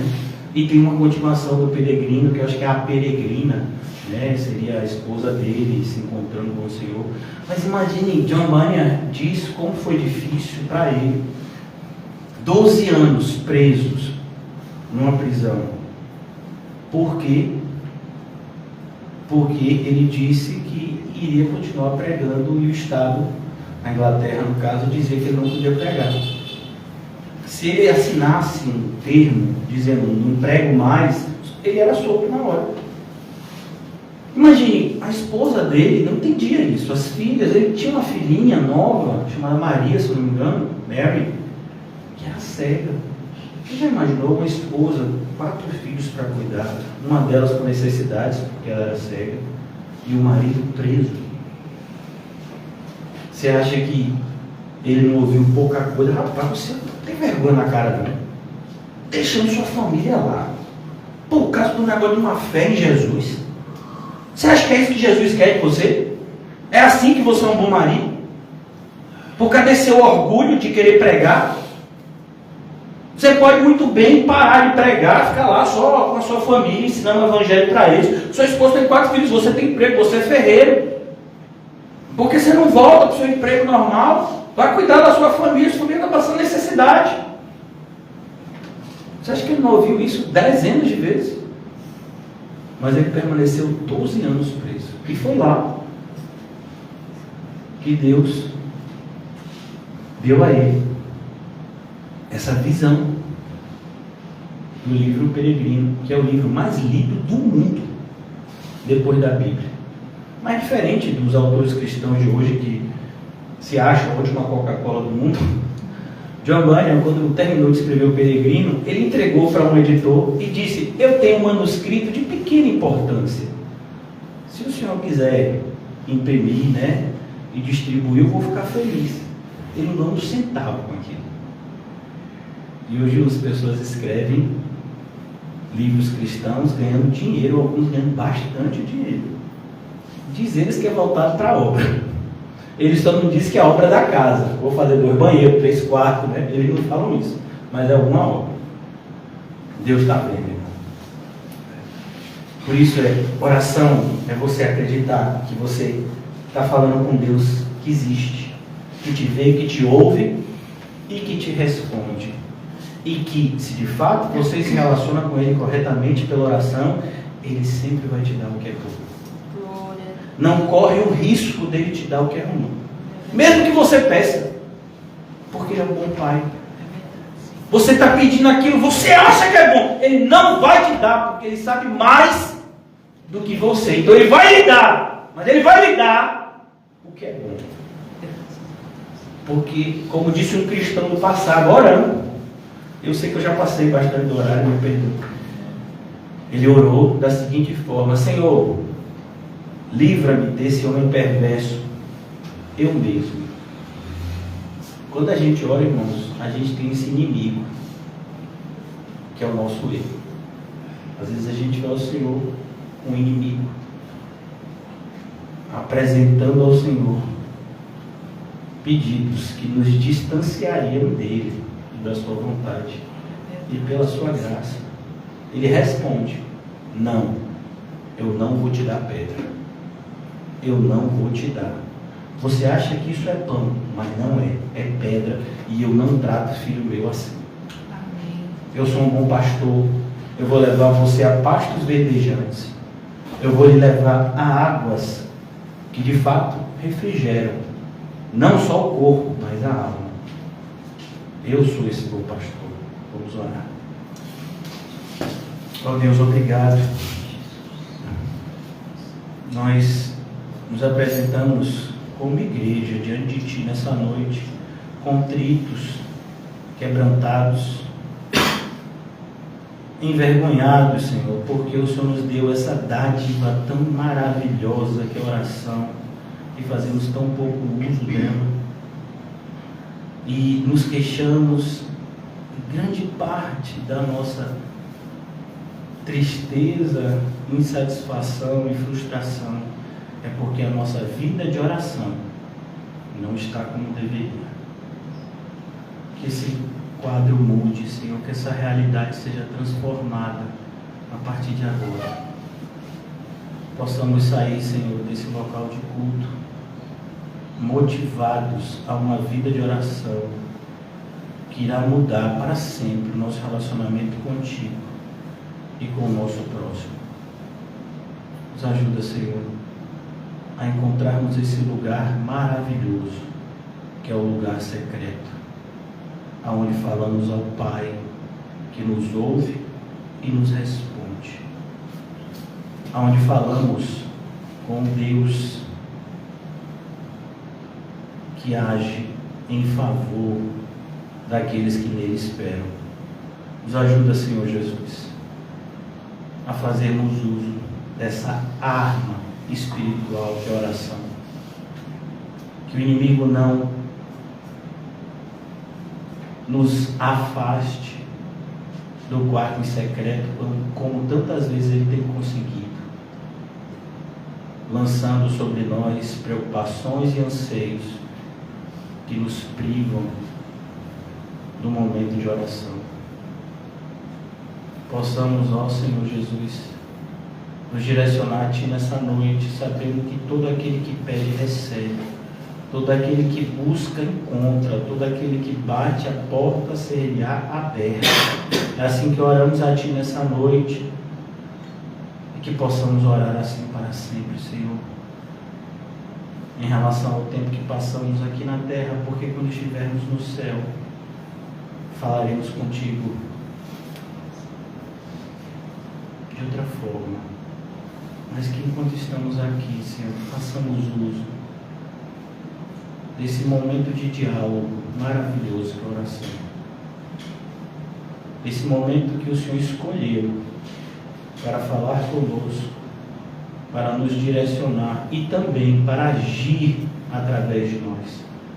Sabendo que muitas vezes escolheu o Senhor que durante o momento de oração, pessoas sejam curadas, vidas sejam transformadas, não porque a oração é poderosa, mas poderoso é aquele que nos direcionou a orar e que pela sua glória respondeu a nossa oração. Apresentamos essa oração mais uma vez, Senhor, em relação à nossa irmã Osana. Acreditamos que o Senhor é poderoso para reverter esse quadro. À medida que conversamos com ela, nos últimos meses, vimos uma pequena piora do ponto de vista clínico, Senhor. Mas sabemos que para o Senhor essas coisas são irrelevantes. Quando não, são importantes para nos mostrar o Teu poder. Quanto pior a nossa situação aqui na terra, maior fica evidente o Teu poder na terra e no céu. Que assim seja na vida da nossa irmã, que já se encontra em um estado, Senhor, bem debilitado na sua saúde. Que o Senhor possa agir poderosamente e que possamos, dentro de pouco, Senhor, segundo a Tua boa vontade, entoar louvores de agradecimento pelo restabelecimento da saúde dela e porque na cura dela, ela não se voltou para o mundo, mas ela se voltará ainda mais para a Tua obra e para o Teu reino. Que assim seja, Senhor, para a Tua glória. Eu oro por essa comunidade de Cosme de Faria, Senhor. O Senhor nos preparou esse lugar tão confortável para estarmos aqui nas segundas-feiras. Eu agradeço, Senhor, pela vida de todos os envolvidos que nos proporcionam, Senhor, esse local de culto.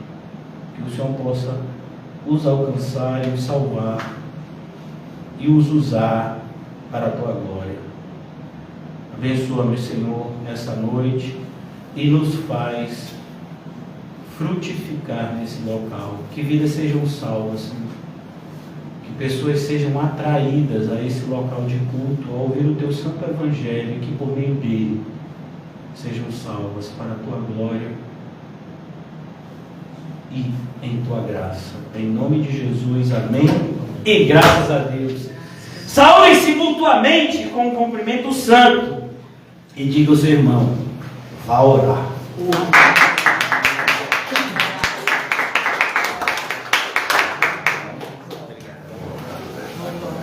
Vá orar, Nizam. Nizam, vá orar, Nizam.